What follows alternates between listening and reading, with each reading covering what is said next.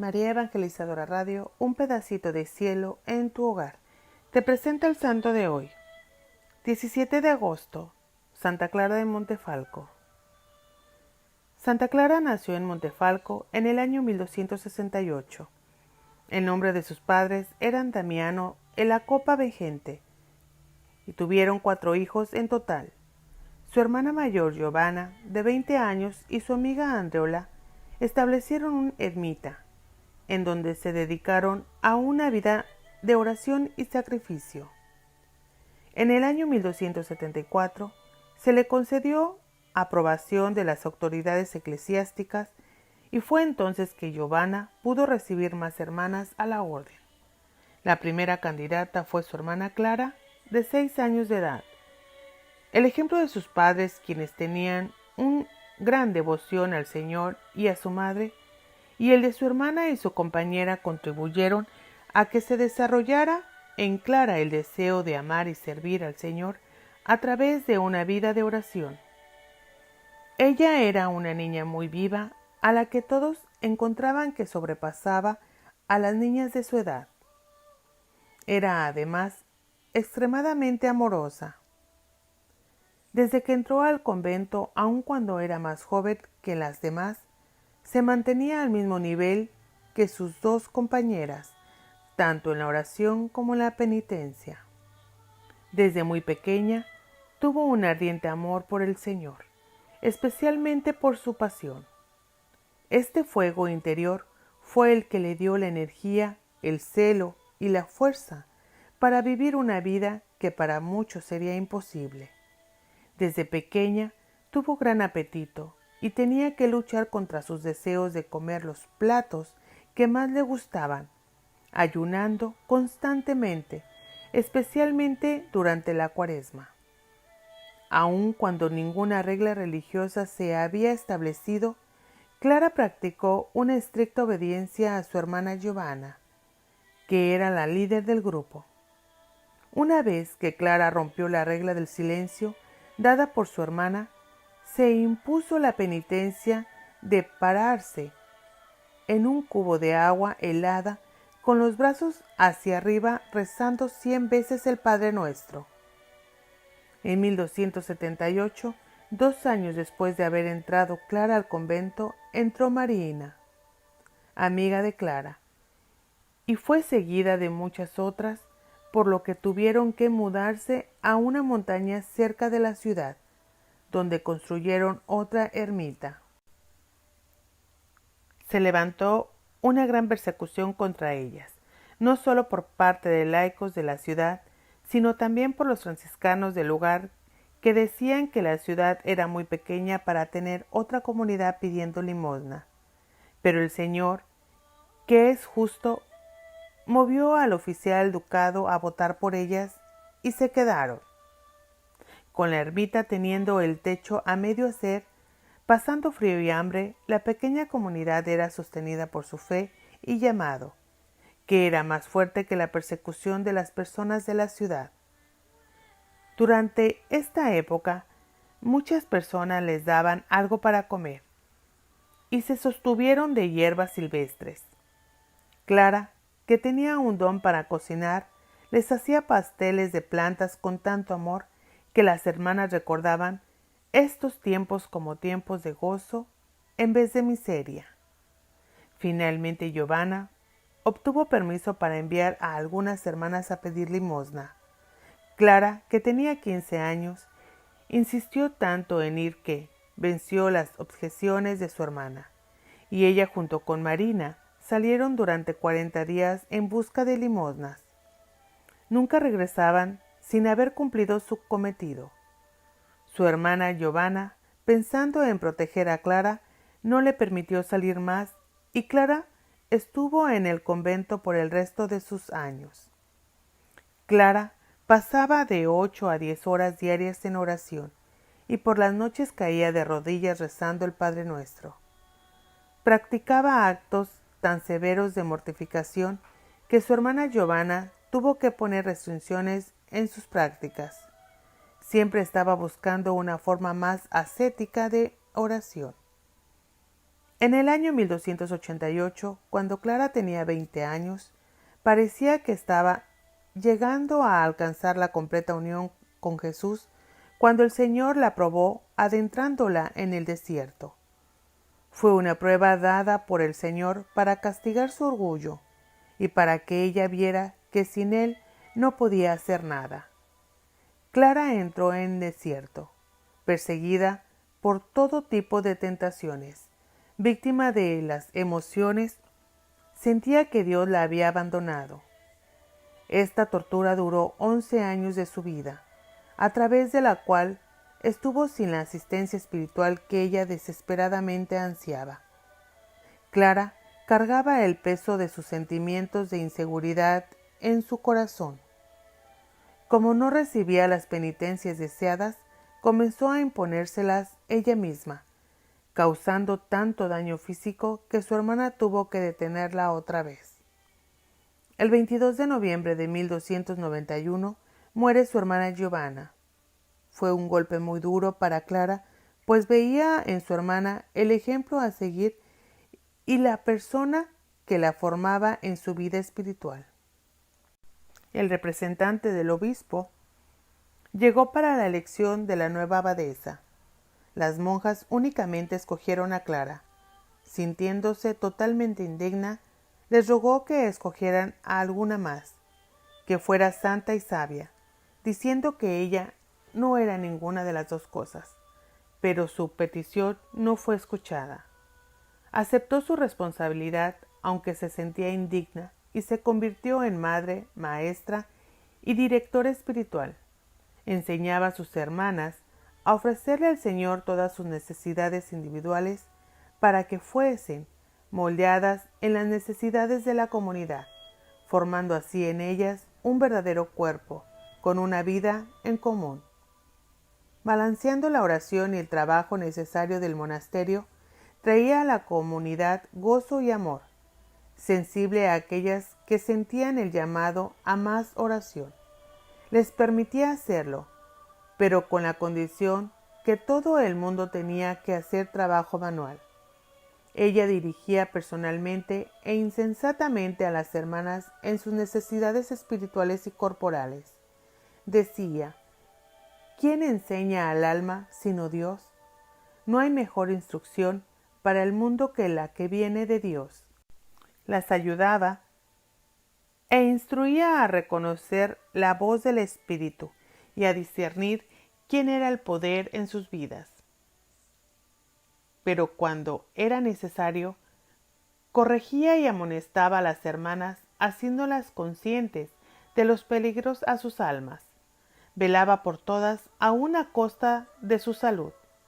La hermana Tomasa decía, ella permanecía despierta hasta tarde en la noche, pero siempre estaba despierta temprano en la mañana. Como Clara fue tan probada y sufrió tantas luchas y dudas, podía hablar con autoridad a otros. A través de su experiencia, podía relacionarse con la batalla espiritual sufrida por otros. Podía ministrar a las personas fuera de la comunidad que venían a verla, contando con los dones y conocimientos y sabiduría que les había dado el Señor. Por su amor y cuidado genuino, Clara atraía al monasterio a sacerdotes, teólogos, obispos, jueces, santos y pecadores. Nunca descuidó sus responsabilidades hacia sus hermanas dentro del monasterio, por su apostolado con aquellos que fuera del claustro. Clara tenía un amor muy grande por los pobres y perseguidos. Enviaba a las hermanas externas con comida y medicamentos para los necesitados. Les daba a amigos y enemigos igualmente, y a veces más a los enemigos. Así como era amorosa, generosa y entregada, así mismo era firme. Enfrentaba a todos sus perseguidores con esas cualidades, nunca retrocediendo ante ellos. Ella se atrevió a ser impopular, enfrentándose al pensamiento popular del mundo, así como al de sus propias monjas, si ella pensaba que estaba incorrecto. Testigos afirman que ella tenía el don de bilocación. Aunque ella era una mística, generalmente en contemplación de su amado Señor Jesucristo, especialmente en su pasión y en adoración estática a Dios Padre, al Hijo y al Espíritu Santo en la Santísima Trinidad, estaba consciente del mundo a su alrededor. Ella no estaba alejada de él, pero envuelta en él, orando y haciendo penitencia por su salvación. En el año 1294 fue un año decisivo en la vida de Clara. En la fiesta de la Epifania, después de haber hecho una confesión general delante de todas las hermanas, cayó en éxtasis y permaneció así por varias semanas. Las hermanas la mantenían con vida, dándole agua de azúcar. Durante este tiempo, Clara tuvo una visión, en la que se vio siendo juzgada delante de Dios. Vio el infierno con todas las almas perdidas sin esperanza y el cielo con santos gozando perfecta felicidad en la presencia de Dios. Vio a Dios en toda su majestad. Le reveló cuál incondicionalmente fiel un alma debe ser a Él para vivir de verdad en Él y con Él. Al recobrarse, resolvió nunca pensar o decir algo que la separara de Dios. También decía, si Dios no me protegiera, sería la peor mujer en el mundo. En el año 1303 consiguió construir la iglesia que tanto soñó, que no solamente serviría al convento, pero también a la comunidad del pueblo. La primera piedra fue bendecida en junio 24 de 1303 por el obispo de Spoleto, y ese día la iglesia fue dedicada a Santa Cruz.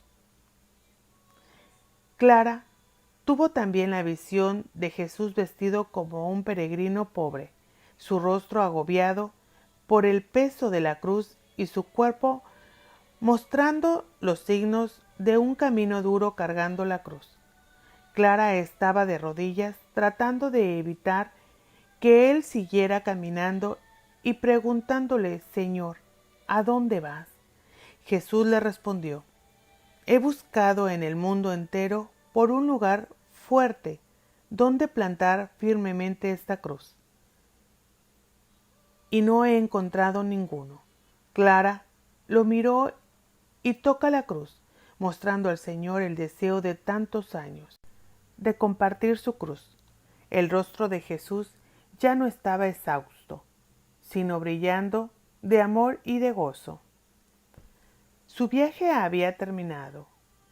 Él le dice, sí, Clara, aquí he encontrado un lugar para mi cruz. Al fin, encuentro a alguien a quien puedo confiar mi cruz. Y se la implantó en su corazón. El intenso dolor que sintió en todo su cuerpo al recibir la cruz de Jesús en su corazón permaneció con ella.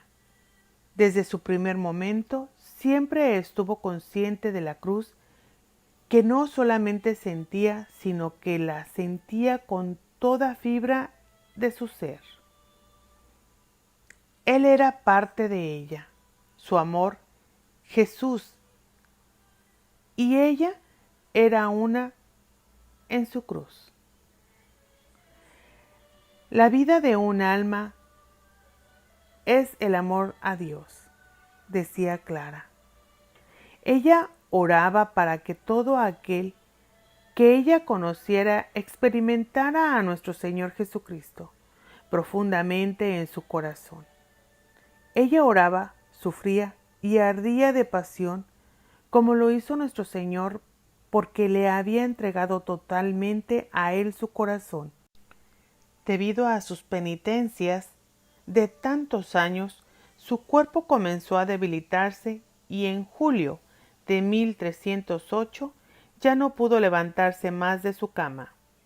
El demonio la atacaba incansablemente, tratando de hacerla sentir que ella era indigna de Dios, que Dios no la encontraba agradable, que se había equivocado en todo lo que ella había dicho y hecho, llevando así la perdición a muchas almas.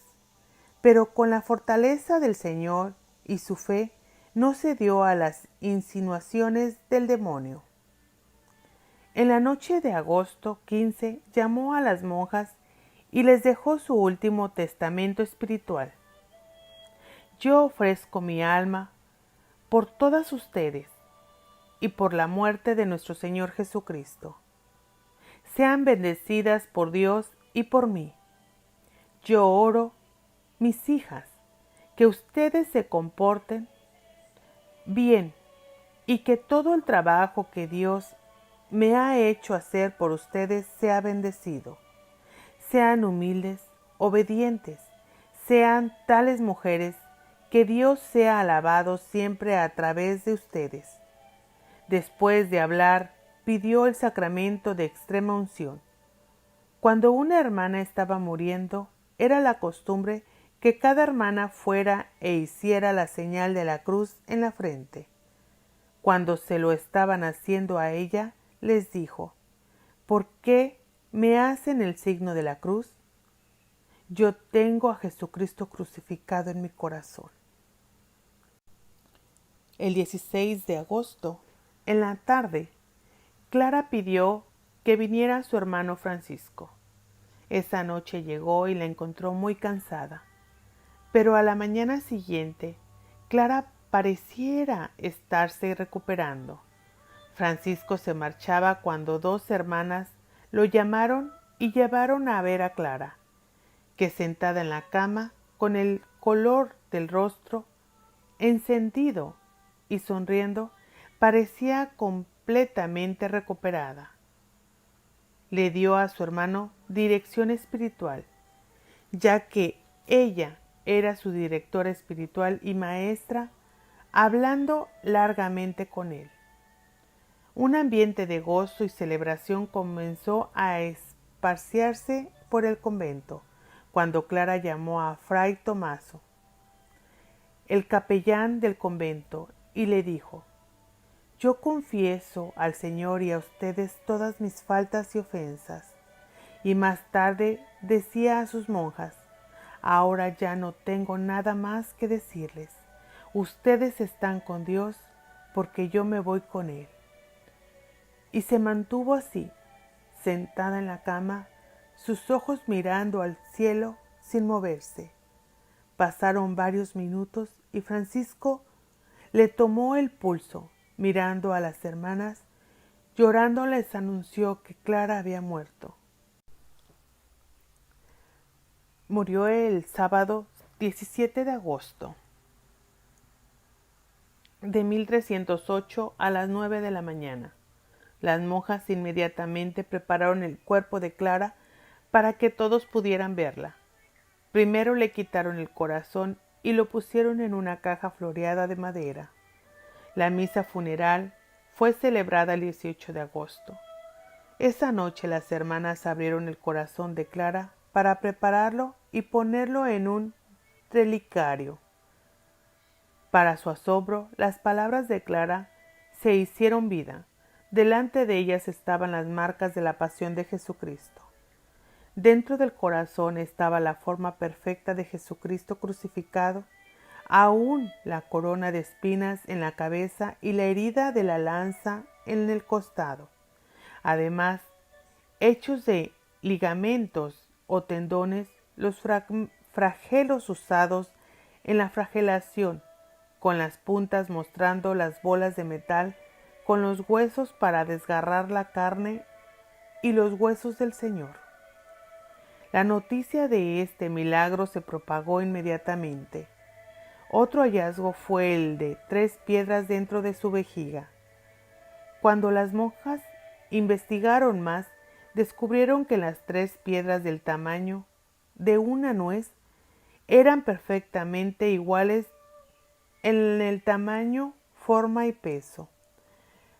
Todas pesaban lo mismo. Una pesaba tanto como 2, 2 como 3 y 1 como 3. Las hermanas interpretaron esto como un signo del amor tan grande que Clara tenía hacia la Santísima Trinidad. El cuerpo de Clara producía tal fragancia que no podían enterrarla.